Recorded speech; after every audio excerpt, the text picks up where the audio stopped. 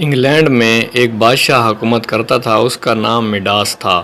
اس کے پاس دولت کی کمی نہیں تھی۔ وہ سونے کی بنی ہوئی چیزوں کو بہت پسند کرتا اور ہر وقت اس فکر میں رہتا کہ اس کے پاس سونے کی بنی ہوئی بہت سی چیزیں ہوں۔ اپنے اس شوق میں اپنی رعایا کو بھول گیا تھا۔ اپنے ملک کے لوگوں کی بھلائی کے لیے وہ کوئی کام نہیں کرتا تھا، اس لیے اس کے ملک کے لوگ بہت غریب تھے۔ بادشاہ کا وزیر اعظم بادشاہ کو کہتا، علی جا، ہمیں اپنے ملک کے غریبوں کی مدد چاہیے، وہ بہت بری حالت میں ہیں۔ بادشاہ جواب دیتا، تمہیں ان غریبوں کا اتنا خیال کیوں ہے؟ کیا تم یہ چاہتے ہو کہ ہم اپنی دولت ان بھوکے ننگوں میں لٹا دیں اور خود فقیر ہو جائیں؟ نہیں، یہ نہیں ہو سکتا۔ ہم ان کی کوئی مدد نہیں کر سکتے۔ یہ کہہ کر وہ اپنے محل کے کمرے میں چلا جاتا اور اپنے پاس جمع کیے ہوئے سونے کے سکے گننے لگتا۔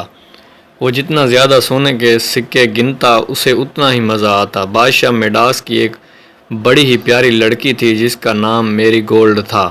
میری گولڈ بہت خوبصورت تھی، اسے پھول بہت پسند تھے، اور جب بھی موقع ملتا وہ باغ میں جا کر پھول جمع کرتی تھی۔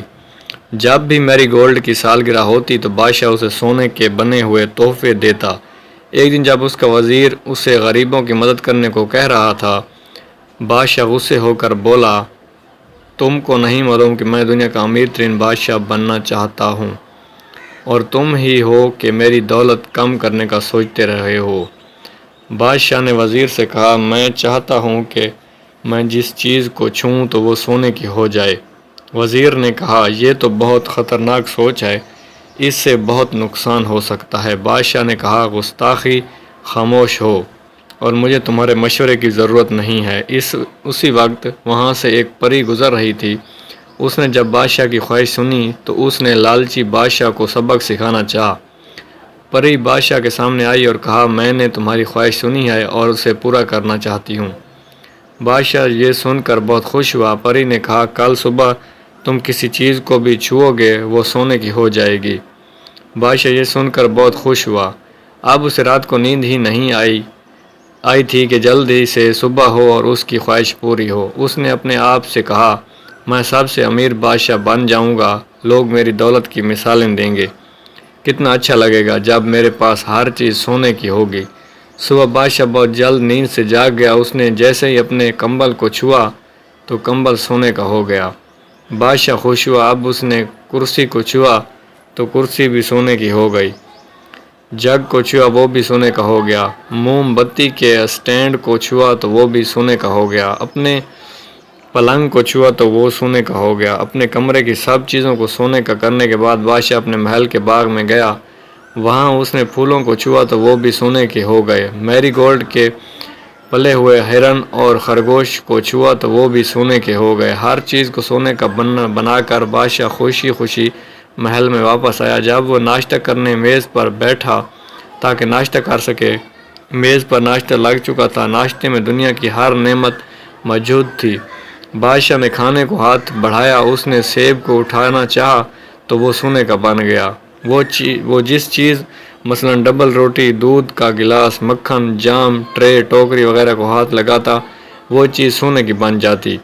وہ ناشتہ نہ کر سکا۔ کیا کبھی سونے کی چیزیں بھی کھائی جا سکتی ہیں؟ یہ چیزیں تو صرف رکھنے کے لیے ہوتی ہیں۔ انہیں کھاتا کون ہے؟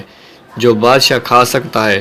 صبح جب شہزادی میری گولڈ اپنے محل کے باغ میں پھول توڑنے گئی تو وہاں کا عجیب نظارہ دیکھ کر حیران ہو گئی کہ سارے باغ اور اس کے پالتو جانور مختلف نظر آ رہے تھے۔ وہ بہت اداس ہو گئی۔ اس نے کہا، سب پھولوں کی خوشبو کھو گئی ہے، میرے پالتو جانور بھی حرکت نہیں کر رہے ہیں، یہ ان سب کو کیا ہو گیا؟ میری گولڈ یہ دیکھ کر بہت روئی اور روتے ہوئے اپنے باپ کے پاس پہنچ گئی اور اس کی ساری بات بتا دی۔ بادشاہ نے کہا، شہزادی مت رو، تمہیں تو خوش ہونا چاہیے کہ اب میں سب سے امیر بادشاہ ہوں۔ یہ سن کر میری گولڈ خوش ہونے کے بجائے اور زیادہ رونے لگی۔ بادشاہ نے اپنی شہزادی کو چپ کرانے کے لیے اسے تھپکی دی تو بادشاہ کا ہاتھ لگتے ہی میری گولڈ سونے کی ہو گئی۔